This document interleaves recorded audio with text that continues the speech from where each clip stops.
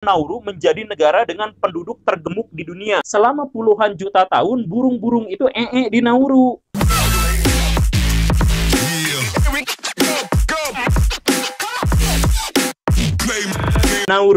Nauru berbeda dengan Niger maupun Nepal yang terkurung oleh benua. Nauru justru malah terkurung oleh lautan. Jadi dia sebenarnya bisa keluar kemanapun, tapi terlalu jauh.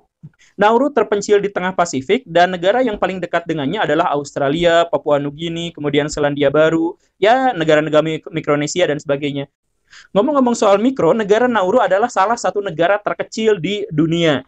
Hanya Vatikan dan Monaco saja negara yang lebih kecil dari Nauru. Jadi Nauru itu satu pulau yang luasnya hanya 21 km persegi dan hanya 4 km saja jalan lurus di sana. Sisanya ya udah gak ada lagi. Nah, apakah itu masalahnya? Oh, itu sama sekali bukan masalah, karena penduduknya juga di sana cuma 10.000. Seharusnya cukuplah untuk menghidupi penduduknya yang sedikit itu.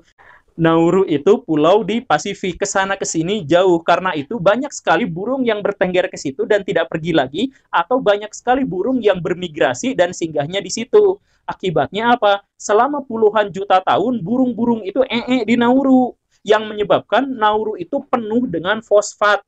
Zat yang sangat dibutuhkan untuk tanaman. Sebenarnya dengan demikian seharusnya orang-orang Nauru mendapatkan kekayaan yang melimpah, dan memang benar. Dari tahun 1960-an sampai 1980-an, fosfat ditambang di mana-mana di seluruh pulau itu sampai menghasilkan devisa yang sangat luar biasa buat rakyatnya.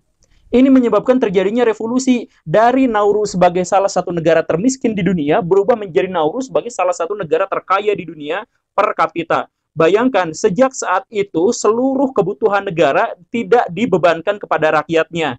Tidak ada pajak, tidak ada asuransi kesehatan, pendidikan gratis, kesehatan gratis. Bahkan kalau mau royal, orang-orang yang sakit yang tidak mau berobat di dalam negeri dipersilakan untuk berobat di luar negeri dan ditanggung gratis biayanya oleh negara. Kalau ada orang yang mau melanjutkan pendidikannya ke luar negeri, itu juga ditanggung gratis oleh negaranya. Saking negara itu menjadi sangat kaya. Tetapi sama seperti negara yang terlalu cepat kaya, negara ini mengalami kehancuran mentalitas. Jadi pada waktu itu rakyat Nauru benar-benar tidak siap dari goncangan kelewat miskin mendadak menjadi kelewat kaya. Akhirnya apa yang terjadi? Mereka keliling dunia, beli Lamborghini, jalanan yang lurus cuma 4 km di pulau itu, tapi sampai harus beli Lamborghini karena kelewat kaya.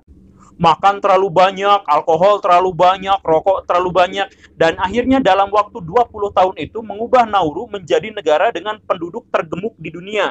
95% warganya menjadi obesitas. Tetapi tidak banyak di antara mereka yang berpikir soal investasi, soal menabung, soal apa. Mentalnya tetap mental masa lampau yang miskin. Sehingga ketika pemerintah mengumumkan bahwa tahun 1980 fosfatnya habis, maka orang-orang di sana sudah terlambat.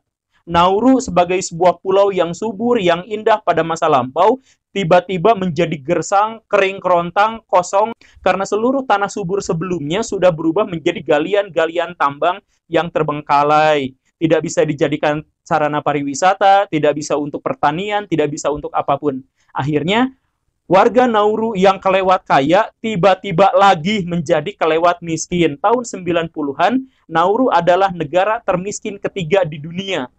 Ini yang salah siapa? Gara-gara ditemukan fosfat, dan fosfat muncul di situ gara-gara kondisi geografis Nauru menyebabkan burung-burung harus bertengger di situ. Program pemerintah pun dianggap pepesan kosong. Misalkan pemerintah berpikir bagaimana kalau kita buka tempat pariwisata seperti Fiji misalkan. Tetapi kan tanahnya sudah kagok rusak.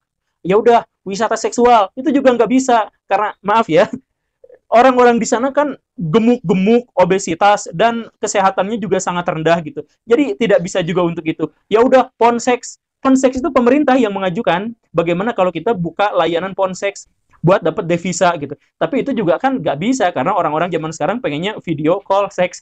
Jadi ya itu juga nggak laku gitu. Jadi ya akhirnya Nauru sekarang menjadi negara termiskin dan tidak lagi memiliki harapan, padahal mereka sempat kaya.